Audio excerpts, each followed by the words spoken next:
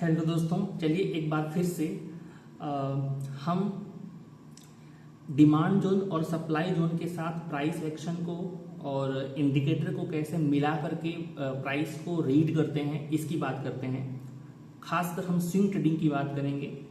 ठीक है, ये मंथली टाइम फ्रेम का चार्ट है। तो मंथली टाइम फ्रेम पर हम मार्किंग करते हैं कि ठीक है, ये सप्लाई जोन है फिलहाल के लिए मान लेते हैं, और ये डिमांड जोन है। तो डिमांड जोन तो बहुत अच्छा है, इसमें कोई दो राय नहीं है, बट डिमांड जोन के रेस्पेक्ट में जो सप्लाई जोन है वो उतना अच्छा नहीं है। क्यों नहीं है, जरा इस चीज को देखिए कि जब इस डोजी के लो को जब इस कैंडल ने तोड़ा तो उसकी जो अगली कैंडल है वो ग्रीन बन गई मंथली टाइम फ्रेम पर। इसलिए क्या हुआ, इसके गिरावट के जो मोमेंटम थी वो बिल्कुल स्लो पड़ गई। ठीक है, अब जरा देखिए, तो ये हमें देखने को मिल रहा कहाँ, मंथली टाइम फ्रेम पर। तो अब हम क्या करेंगे, जो इतने बड़े रेंज बने हुए हैं और इतने बड़े रेंज बने हुए हैं, हम इसे थोड़ा सा छोटा करेंगे, छोटे टाइम फ्रेम की तरफ मूव करते करते। ये कैसे करेंगे, जरा आप इस चीज को देखिए। तो वीकली टाइम फ्रेम पर चलते हैं और ये वीकली टाइम फ्रेम पर देखते हैं कि जो वीकली टाइम फ्रेम पर कैंडल्स बने हैं उनका ये देखिए क्या है। इस कैंडल में ये जो कैंडल है ये सबसे बड़ी कैंडल, ये वाली। ठीक है, और यहीं इसी के बाद से गिरावट आई है। इसका मतलब यहाँ पर जरूर कुछ सेलिंग ऑर्डर पड़े होंगे जिसके बाद से मार्केट गिर सकता है।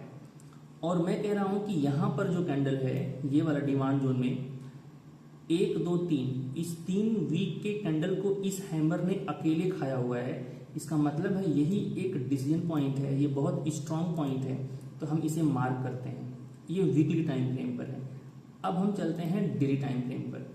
तो जो डेली टाइम फ्रेम पर अगर हम देखें तो डेली टाइम फ्रेम पर हम ये देखते हैं कि जो ये जो कैंडल है इसके बाद से यहाँ पर ओपन हाई भी बना हुआ है। तो इसका मतलब है इसी कैंडल के बाद सप्लाई आई है, तो ये जो कैंडल है वो हमारे पास एक डिसीजन कैंडल हो सकती है। यहाँ पर हमारे पास ऑर्डर छिपे हो सकते हैं जो कि अप ट्रेंड को डिस्टर्ब कर सकते हैं थोड़े समय के लिए। और अगर हम यहाँ पर देखें जो डिमांड जोन में, ठीक है, कि ये जो 1-2 दिन के रिजेक्शन के बाद जो यहाँ पर एक ओपन लो कैंडल बनी है, इसको यही कैंडल के बाद से मूव आई है। तो इसका मतलब ये है कि जो ये कैंडल का हाई और लो है ये हमारे लिए बहुत इंपॉर्टेंट डिमांड जोन की तरह काम कर सकता है। अगर हम इसको आगे बढ़ा करके देखें तो हम ये देखेंगे कि कितने शानदार तरीके से इसको रेस्पेक्ट किया गया है और कितने शानदार तरीके से इसको रेस्पेक्ट किया गया है। ठीक है, तो ऐसे जोन हमें एंट्री के लिए और हमें अपने प्रॉफिट को बुक करने के लिए या पार्शियल प्रॉफिट बुकिंग के लिए हम ऐसे एरिया को पहचानते हैं, और यह पहचानना कितना जरूरी है आप ये देख सकते हैं। ठीक है, फिर से हम चलते हैं वीकली टाइम फ्रेम पर। और क्योंकि जब मार्केट गिर रहा होगा तो सबसे बढ़िया इंफॉर्मेशन कहाँ मिलेगी, वीकली टाइम फ्रेम पर मिलेगी।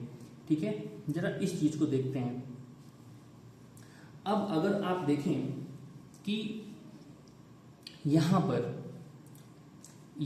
जो ये वाला जो यहां पर आप देखेंगे ना, यहां पर कुछ न कुछ ऑर्डर जरूर पड़े होंगे। उसकी वजह से यहां पर अगले वीक में हमें एक अच्छा खासा मूव दिखाई पड़ा है, लगभग 10 से 15% का मूव होगा। उसके बाद जब और इस इंगल्फिंग वाले पैटर्न को ऊपर से देखेंगे तो बहुत अधिक प्रेशर था। इस प्रेशर की वजह से अगली वाली रेड कैंडल ने इसको कैंसिल कर दिया, इसको निगेट कर दिया। इसका मतलब है कि अब ये जो वीकली का जो डिमांड जोन है वो काम करने वाला नहीं अच्छे से है। यहां पर देखिए, यहां पर एक बार वीकली जो डिमांड जोन था उसकी वजह से यहां पर यह ग्रीन कैंडल बनी है, लेकिन उसके बाद जो ये रेड कैंडल है और इसके ऊपर जो बेरिश प्रेशर है, इसने क्या किया है, इसके जो एक पियर्सिंग पैटर्न बना इसको उसने क्या किया, निगेट किया, मतलब इसके लो को भी कट कर दिया। ठीक है, इसका मतलब है अभी इसमें ठहराव नहीं आया है। और डिमांड जोन के साथ साथ पहली बार यहाँ पर 50 का मूविंग एवरेज आ गया था, इस वजह से भी एक हफ्ते इसको थोड़ा सपोर्ट मिला। अब उसके बाद क्या हुआ कि जो इसका लो था वो इस कैंडल द्वारा तोड़ा गया, और ऐसा करते करते 50 जो SMA था उसने क्या किया, प्राइस को होल्ड करने की कोशिश किया, लेकिन प्राइस 50 SMA पर होल्ड नहीं हो पाया, क्योंकि बार बार इस कैंडल को देखें, इस कैंडल को देखें, इस कैंडल को देखें, ठीक है, इस कैंडल को देखें, और आप जरा नीचे देखिए, ठीक है ना, तो बाइंग प्रेशर से ज्यादा इसमें सेलिंग प्रेशर है। तो ये बता रहा है कि हमें थोड़ा वेट करना चाहिए, अभी बाइंग के लिए नहीं जाना चाहिए। उसके बाद ऐसा क्या हुआ, यहाँ पर डोजी बना जो एक वीक डिसीजन नहीं हुआ, और इस डोजी का लो अगली कैंडल के द्वारा तोड़ दिया गया। इसका मतलब ये हुआ कि मार्केट फिर से अपने बेरिश मूव के लिए आगे बढ़ना शुरू हो गया।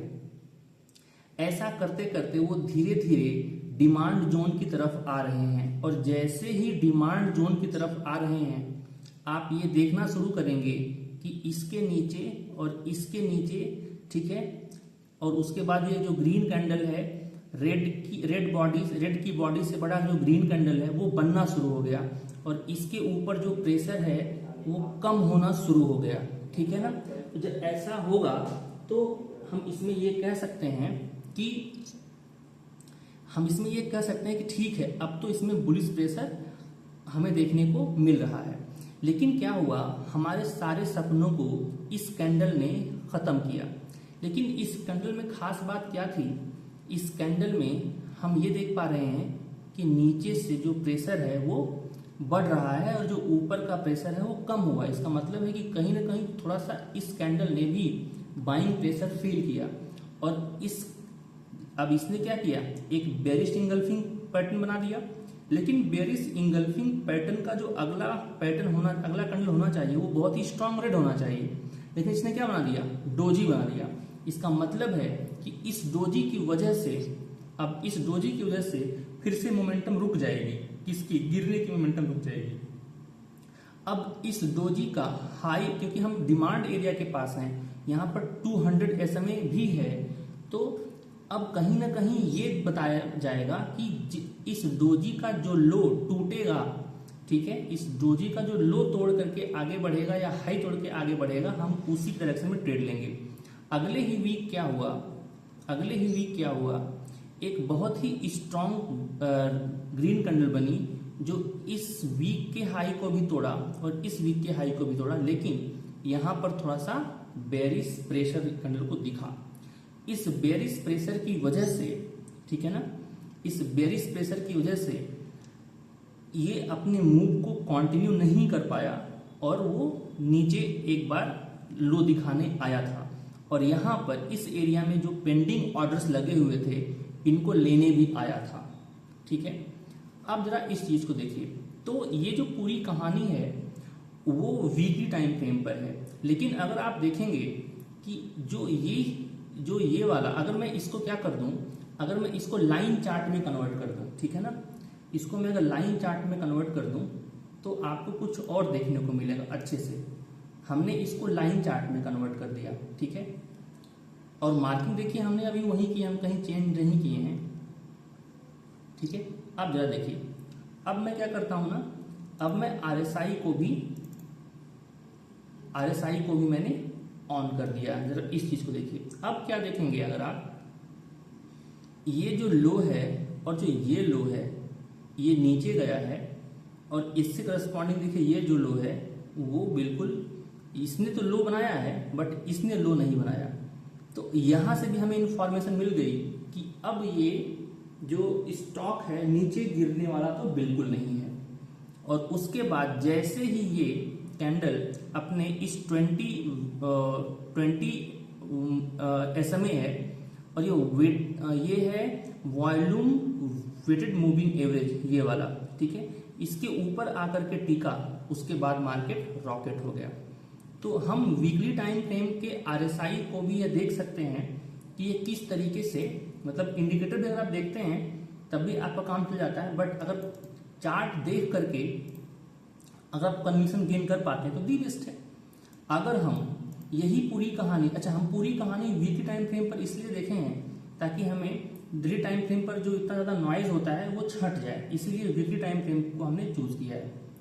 अगर हम डेली टाइम फ्रेम पर आए, ठीक है ना, जो यही वाली पूरी कहानी है यहाँ पर, ठीक है, तो क्या देखने को मिलता है, यहाँ पर भी आपको ये देखने को मिलेगा कि जो ये वाला लो है, ठीक है, अगर हम मार्क करें इस प्रकार, जो ये वाला लो है, ठीक है, और जो ये वाला लो है, तो क्लोजिंग बेसिस अगर देखें जो वीकली टाइम फ्रेम पर बना था वही यहाँ पर मैं आपको दिखा रहा हूँ।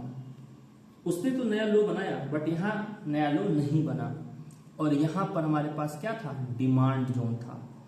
इसलिए इस डिमांड जोन की वजह से आरएसआई ने क्या किया, इस डिमांड जोन की वजह से इसके पास बाइंग प्रेशर आया, और उस बाइंग प्रेशर की वजह से जो आरएसआई है उसने अपना नेचर डाइवर्जेंस में थोड़ा सा शो करने की कोशिश किया, ठीक है। उसके बाद डेली टाइम फ्रेम पर प्राइस ने क्या किया, एक हफ्ते, लगभग 1 से 2 हफ्ते 50 मूविंग एवरेज के ऊपर प्राइस ठहरने की कोशिश किया।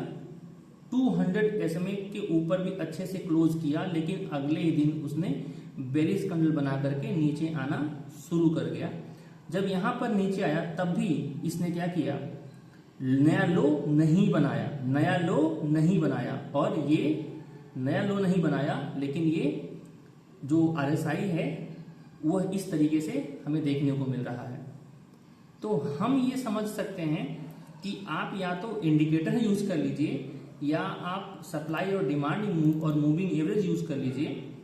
आपकी आंखें किस पर ट्रेन होती हैं, ये इस पर काम अच्छे से चल जाएगा आपका। और एक दिन इतना अच्छा कैंडल बनाने के बाद अगले दिन जो इसने गैप अप दिया, और वो गैप अप की क्लोजिंग 50 मूविंग एवरेज के ऊपर दिया, ये हमें समझा रहा है, बता रहा है कि मार्केट अब नीचे आने वाला नहीं है। अगर मार्केट नीचे आता भी ना तो धीरे धीरे आता और फिर उड़ जाता। हालांकि ये यहीं से उड़ गया है, तो इसकी यही 2 पॉसिबल मूव हैं। तो हमने क्या किया है, हमने बस ये जानने की कोशिश की है, ये समझने की कोशिश की और समझाने की कोशिश की है कि किस तरीके से हम सप्लाई डिमांड जोन को इंडिकेटर से और मूविंग एवरेज से ट्रेड ले सकते हैं।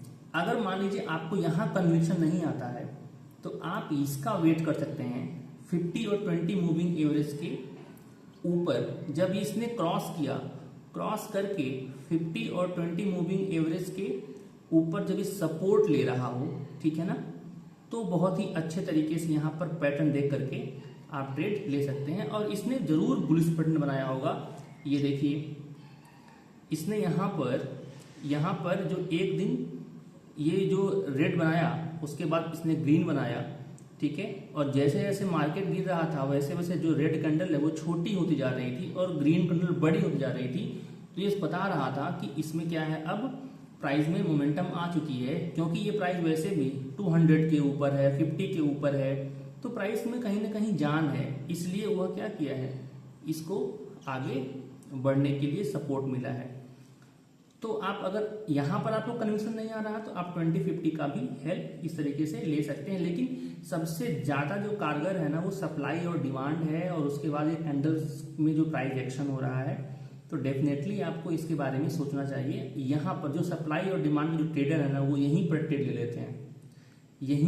लेते हैं, ठीक है ना। यहाँ पर तो नहीं ट्रेड लेंगे क्योंकि यहाँ पर अभी 200 है, 50 है, 20 है, तो हो सकता है प्राइस यहाँ से लड़के वापस चला जाए। तो फिर भी अपने डिमांड जोन का वेट करते हैं कि हम अपने डिमांड जोन के पास ही लेते हैं, इसलिए वो इंडिकेटर्स ज़्यादा यूज नहीं करते हैं। तो आई होप आपको ये समझ में आया होगा कि हम कैसे चार्ट को रीड कर रहे हैं और कैसे मूविंग एवरेज का, इंडिकेटर का और डिमांड जोन का यूज कर रहे हैं। अगर आपकी आंखें डिमांड जोन पर ट्रेंड हो जाती हैं तो आपको किसी इंडिकेटर की आवश्यकता नहीं पड़ेगी। तो आज के लिए इतना ही। अगर आपको ये वीडियो पसंद आया हो तो वीडियो को लाइक करें, शेयर करें, चैनल को सब्सक्राइब करें और कमेंट करके बताएं कि आप इसके बारे में क्या सोचते हैं। Thank you.